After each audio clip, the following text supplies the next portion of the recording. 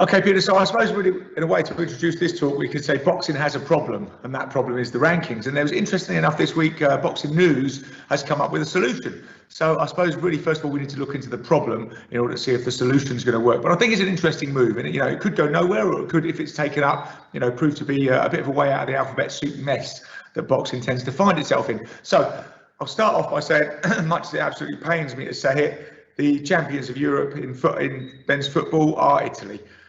Really disappointed to say that this morning, but there you go, there you have it. And also, if I want to find out where Italy are ranked in the world, I just look up at the FIFA World Rankings. It's very easy. I can do it on any device. In seconds, I know. And I also know why they're ranked there, because I can see the points that they've scored, and that will be based on the people that they've played and the results against the people that they've played and the quality of the opposition. Similarly, Djokovic amazingly won Wimbledon, his 20th Grand Slam title yesterday. So that was great to see. And again, very easy to find out, why he won it. He's the world number one. If you look at the ATP World Rankings, again, a transparent way of ranking that we can see who's the champion. Similarly, golf, just look it up. It's very easy. Everybody's ranked there, and you can see why they're ranked there. Boxing, now that should be easy. So who's the heavyweight world champion? Let's start with that one. Well, it depends who you ask. And that's the problem, because there are four real governing bodies. We've been through these bodies and why they're there. We have the WBA, the WBC, the IBF, and the WBO. Now, they all rank people differently. If you ask, for example, the WBA, who is the world heavyweight champion, they will say AJ is the super champion. But then, beyond that, you've got Trevor Bryan is their world heavyweight champion. Mahmoud Shah is their world heavyweight champion in recess. And Robert Helenius is their gold world heavyweight champion. Now, that's just the WBA.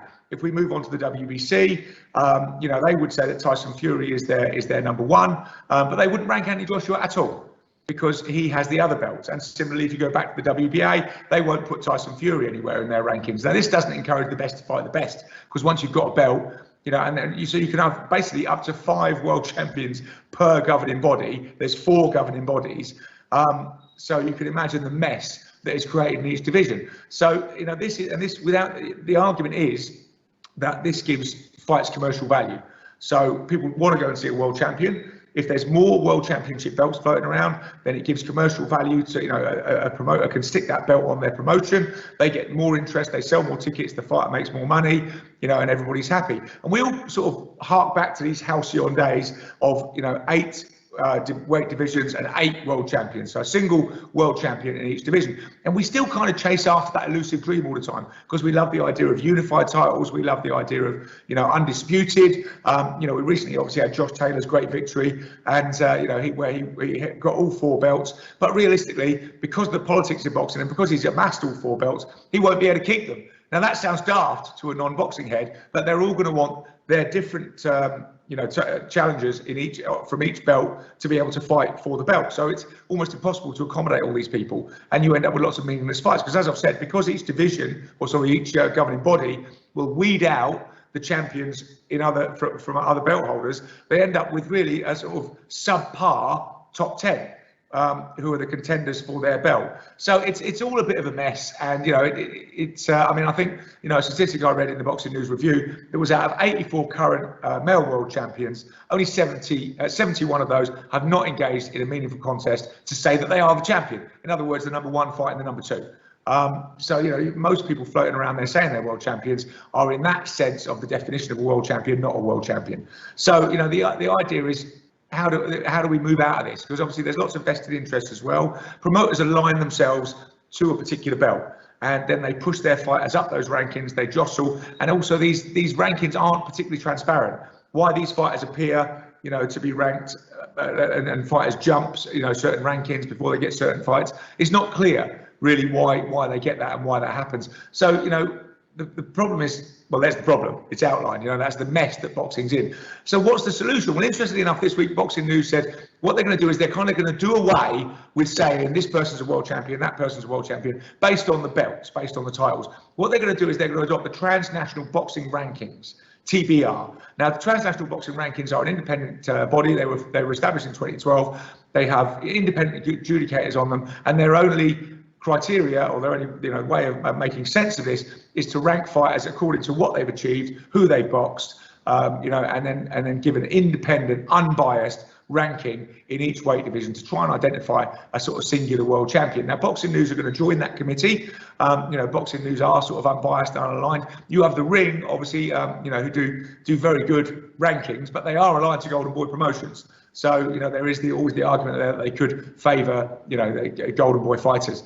So, Transnational Boxing Rankings, TBR, are going to be doing these rankings. Boxing News are going to align with them, and then they're going to rank, fighters according to that. So you should have an independent, unbiased ranking of where people sit in the boxing pecking order. The interesting thing is, Boxing News is the sort of sole publication in the UK of this, and now going to promote fights based upon those rankings. So, for example, in Fight Camp coming up, we've got a very exciting fight between Kid Galahad and Jazza Dickens. Now, they are fighting for the vacant IBF featherweight title. So a very exciting fight. It's going to be great. Really looking forward to it.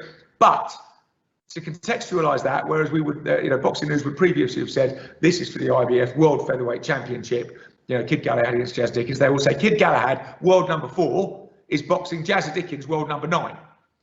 It does happen to. They will mention that it's for the IBF strap.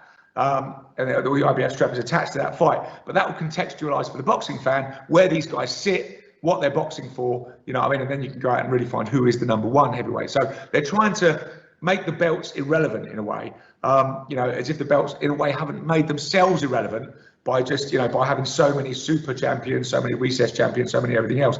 So that basically is their solution, to adapt the way that they're reporting things, to try and give a truer picture of the value of these fights. And their argument is that this will actually make the fights more interesting, because if you look at that fight, and obviously the promoter will say, look, in a really simplistic way, I want to sell this as a featherweight world title fight. That's all I want people to know, and then they're going to come and they're going to watch, they're going to think that's great. But obviously then, the argument is that they go away and they see all the other featherweight world champions. They can't work out what's what, and they just give up, try it. Even proper boxing heads like me sometimes get confused with it. By saying that Galahad's number 4, Jazz is number 9, and they're going to fight, and whoever wins will move up the rankings a bit. It just contextualises the fight and makes it easier for the fight fan to understand. So that's the Boxing News solution. Now, obviously, this won't work unless it proves to be a success in Boxing News, but it's a bold move for them. And, but will they be able to make the noise over the clamour of all the other belts? Will the system just carry on and kind of steamroller this kind of this flag waving of decency and common sense, if you like, or will it actually take hold? And will people say, no, if I want to know who really is the champion, and these trinkets aren't really relevant, then this is who I'll go to. I'll go to Boxing News. I'll go to Transnational Boxing Rankings. I'll find out the relevance of this fight, and I'll really contextualise it for myself by understanding who's the number 1 and where these fighters are ranked. So it's an interesting move. It's an attempt to kind of circumvent the overly convoluted alphabet soup boxing system that we have, and whether it will work, I obviously really hope it will, but that's up for grabs. But I think it's a bold move by Boxing News. I strongly support it. Encourage people to look into it, follow these Transnational Boxing Rankings, see who's really number 1. It just helps make sense of the sport, and that's something that we really need, so that we can really find out, who the number 1 is, who the number 2 is, and encourage these people then to box each other. Because, like I say, under the current system, the problem is belt holders are not encouraged to box each other because their rival world title holder is not even ranked by the governing body to which they, have certain obligations to. So it just makes the sport more and more messy. So fair play to Boxing News. I want to pat them on the back. I'm a big fan of this. I'm going to advocate it, and hopefully it will just clear up the mess a bit and allow us to see through the smoke and mirrors of boxing and see really who's the best and get the best to fight the best. So thumbs up to that move. Cheers, Peter.